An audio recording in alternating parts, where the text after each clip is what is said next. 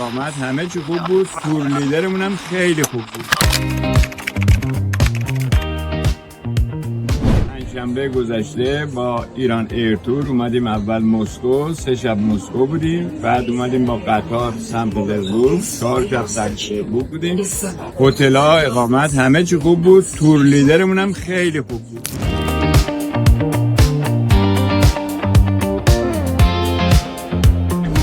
سفر خوبی بود، خیلی بهمون خوش گذشت.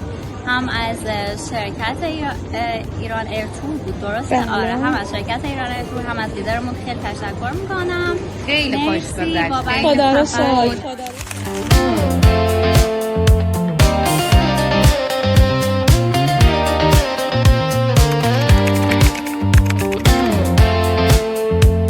برنامه خیلی عالی بود، خیلی فشرده بود، مثلا روز آخر خیلی فشرده بود، ولی خب خیلی خوب بود. همه جا راجع به فرهنگ مردم، از مصرف بنزین تا چیزهای مختلف در واقع برای ما توضیح داده شد که ما با فرهنگ اینجا آشنا شدیم، علاوه بر اینکه با تاریخش آشنا شدیم.